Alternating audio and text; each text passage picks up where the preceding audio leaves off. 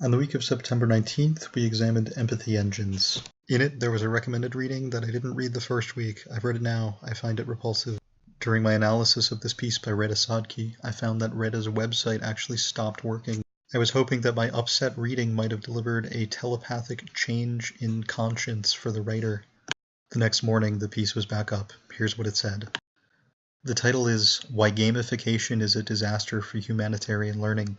This first paragraph that starts with the word certainly is very unclear and references an anecdote about e-learning that I find very hard to understand. I tried to look this up, but I could find nothing similar. The most useful thing in this first screenshot from the beginning of the article is the gamification definition. It's a noun. It's the application of typical elements of game playing, e.g. point scoring, competition with others, rules of play, to other areas of activity, typically as an online marketing technique to encourage engagement with a product or service. Gamification is exciting because it promises to make the hard stuff in life fun. This article about gamification bringing up video games, and/or this article about video games bringing up gamification makes no sense to me. Anybody who's paid more than half a mind to video games knows that video games aren't about gamification in the slightest. Video games are not about point scoring, competition with others, or rules of play in every case. In fact, that's probably a minority of video games at this point. But the piece does talk about video games, so I'm forced to talk about them too when I say that video games are also the intended product of engagement. The developer wants the player to engage with the video game. Nothing more, nothing less. The piece cites three, quote, obvious problems, close quote. The first is apparently that building quality learning experienced as a game is very expensive. Both of the budget examples that the author provides for us are from giant AAA releases. This writer writes completely ignorant of the fact that there are independent video game studios and developers that exist and have existed for a long time. In fact, the video game we'll be taking the hardest look at today is called Papers, Please, and it was released in 2013 by a single person. This single person made this game on a budget of, I don't know, less than $1,000. You can easily tell by looking at Papers, Please, or even listening to it, that it was very cheap to produce. But you can also tell that this art style is perfect for the themes that the game is going for. It's not even a sacrifice, it's a decision. Once again, this game is called Papers, Please, which is the phrase you'll ask most of the people you interact with in this game, as you play as a border agent in the fictional nation of Arstoska, managing a checkpoint. You have one cluttered desk and hundreds of people to deal with every day. You likely will only get to about 6 of them, that is, if you're not interrupted by a terrorist attack or something. The fictional world of the game is vibrantly realized. There are many fake countries and different factions and types of people competing for who knows what. It's hard to keep up with the world. And that difficulty in keeping up with the world is represented in gameplay as well as it is in narrative. Your job as the border agent actually gets more difficult as tensions rise in the nation. Your demands get more detailed and specific, or less if things are somehow going well. Sometimes you'll need photos, some people will need special kinds of tickets, and your desk is always too small to properly fit everything. You feel crushed under the bureaucracy of this ethically questionable country. This inefficiency with your desk is pretty well representative of the state of Arstoska, because I disliked how every Arstoskan guard, soldier, and general that passed through would force me to say, "Glory to Arstoska," and because I disliked how authoritarian the regime seemed, I tried to let every single person through regardless of their legal status. The game punished me for this by making sure my wages were cut or I was fired, and then my family started to die of sicknesses and cold. This is one game that helped me discover that the mechanic is the message. The game has 20 different endings, and none of them are canon. The story is told more effectively with gameplay mechanics than with narrative mechanics and dialogue. This is a video game, but it is not gamification. Papers, Please is extremely popular and successful. There's even been a film adaptation in the Russian language that you can watch. It was released last year. For now, though, I'd rather have you watch SuperBunnyHop's analysis on anti-war war games, which includes Papers, Please, and another game called This War of Mine. The mechanic is the message. Papers, Please also used meaningful mechanics really well. The highly difficult rules, the convoluted limitations and balances, and the tragic stories that its mechanics tell can show us that war is complicated, that it can affect us in very subtle ways, that it is not easy to explain and never easy to deal with. On another level, experiencing these dismal mechanics can evoke the same kind of anxiety, frustration, and anger that often causes the revolts and the riots that lead to war. But experiencing that isn't exactly the SpongeBob definition of fun, but hundreds of thousands of players are buying these games up anyway. What they do that is so interesting is that they employ empathy. They're getting players to better understand the situations of other people by emulating those situations with gameplay. And if games want to preach empathetic against war, they're probably better off doing it through mechanics rather than narrative. Just in case my listener is also ignorant, it's not just indie games and giant AAA studio games. There's also AA games made on reasonable budgets that are nowhere near the 200 million cited for Star Wars The Old Republic in the first paragraph. The middle paragraph is a long, rambling complaint about how the idea of even trying to make a video game about this humanitarian learning is a recipe for failure. I find this hilarious because games that easily contain and teach humanitarian learning have already been made and have already been successful, even on the shoestring budgets cited in the first sentence. The second game we'll be looking at is called This War of Mine. It's about the siege of Sarajevo in the Bosnian War. It was critically acclaimed and also praised for its authenticity. The game doesn't have you playing as a soldier, it has you playing as groups of civilians. This was the game's tagline. In war, not everyone is a soldier. Knowing that such a game already exists and was released just a few years ago makes this third paragraph, which cites the second problem, even more hilarious. The paragraph simply suggests that there isn't enough talent in the humanitarian learning industry to make a video game. More specifically, the concern is that the game couldn't be a good game while also being properly representative of the issue the game would try to represent. This obviously is no concern. Someone with a game idea or a narrative idea for a video game could get in contact with an independent developer, and I'm sure they could co-direct something very nice. In fact, it's happened in the past. This last paragraph cites the third problem, and this is one that is especially confusing to write, and especially painful for me to read. The paragraph says that the diverse culture of video games contains a dominant strand that is just awful, full of racism, sexism, and violence that is deeply ingrained. I agree that the gamer dominant strand is pretty awful, but if the writer knows that the culture of video games is diverse, then the writer should know that the game doesn't have to cater to any dominant strand to survive or thrive in the video game market. The writer must just be ignorant of the scope and scale of video games in the past few years. And I say must be because that must be true, because the video game example that she gives in this paragraph, Battlegrounds, is mistitled.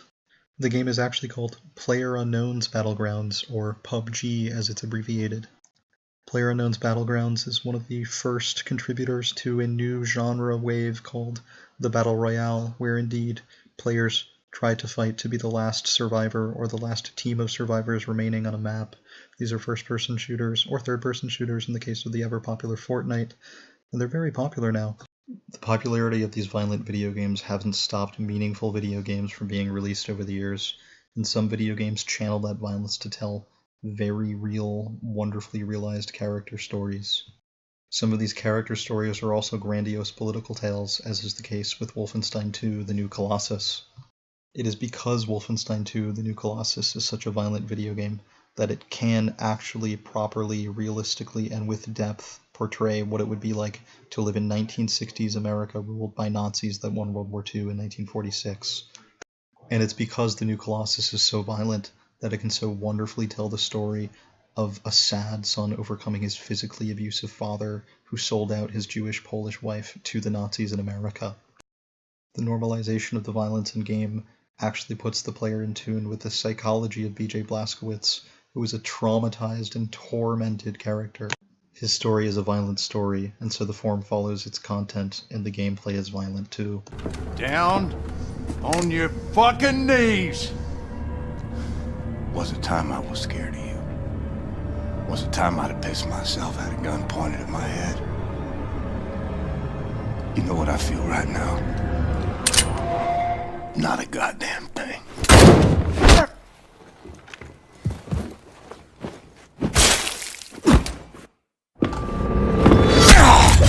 The son in these scenes, BJ, was first made migrant when he was a child and ran away from his abusive father into the military. When he awakens from his coma in 1960 and the Nazis have won World War II, and people like his father are now put in power by the Nazis ruling in America, he's made refugee once again. It is ridiculous for the authors of this piece and other pieces we read that week to suggest that violence in video games would be a reason to not use video games as a tool for humanitarian learning, because people who would most benefit from the world's humanitarian learning are frequently victims of violence, war, genocide, death, horrible things, all of which include violence. It's ridiculous to pretend that violence has no place in humanitarian learning. Dismissing it dismisses its power and the reality of the world.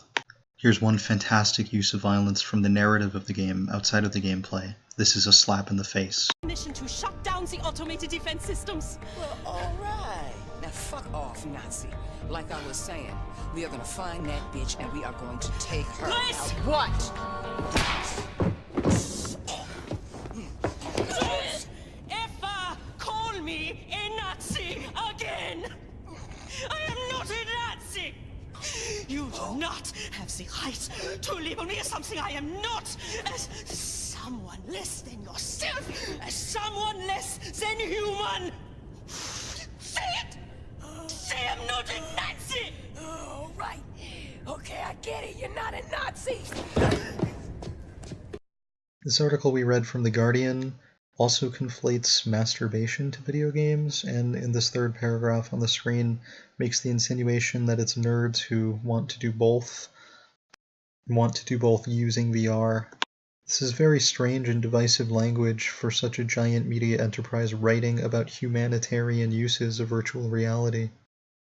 And it completely underestimates the power of video games as being the thing to use virtual reality for humanitarian experiences. The American Dream is a political satire game that imagines a version of the United States of America in which guns are used to do absolutely everything, and they are an essential part of culture and living and experience. This game is a tool for potent and poignant criticism of conservative lobbies in America, which keep the mass shooting era alive and well. That Dragon Cancer is a video game experience about the experiences of two parents coming to terms with the forthcoming death of their son, a 4-year-old boy, at the hands of cancer. There obviously isn't any winning in this game either. You enter it knowing that cancer is the only thing that's going to win in this story, but you experience the different perspectives of the two parents coming to terms with their son's death, coming to terms with each other, and their different reactions to their son's forthcoming death, whether it be religious or spiritual or physical or whatever. It's all in there. And the experience is certainly amplified if you can play it in VR. The article from The Guardian from that week is nowhere near as aggressive. It simply concludes by making the suggestion that the best empathy machine is the book and written text. It's transported people into worlds and lives of other people for generations. However, the book doesn't make you feel guilty for even having read it. This is something a video game can do wonderfully, as demonstrated in this war of mine. I'll cut to George of SuperBunnyHop to explain the game mechanics of this war. He'll explain how player choice allowed him to feel like a victimized civilian in the Bosnian War, or like a guilty civilian, depending upon what he chose to do. The same is true in Papers, Please, but at the authoritarian level instead of the civilian level. The big scary moments that fans keep talking about is your experience inside the elderly couple's house. You can rob them blind right in front of their faces to restock your supplies if you have to, but you actually do have a choice about that. You have a lot of possibilities for avoiding it, in fact. It's totally possible to play through the game without killing or robbing anyone at all. The only reason why you would be robbing this poor old couple is if you failed at utilizing all the other alternatives the game gives you. And because of that, I felt like shit when I was swiping everything from their cabinets and watching them beg me to stop. On my first game, I had no clue what I was doing. Everyone was in dire straits, and I thought I hit the jackpot until their speech bubbles started popping up, and I realized what the game was trying to do. I had failed in a lot more ways than one by robbing that house. Although I was being rewarded by the raw materials I was stealing, the guilt and the shame took its toll on my characters, which gradually snowballed into worse situations, which made for some pretty harsh karma.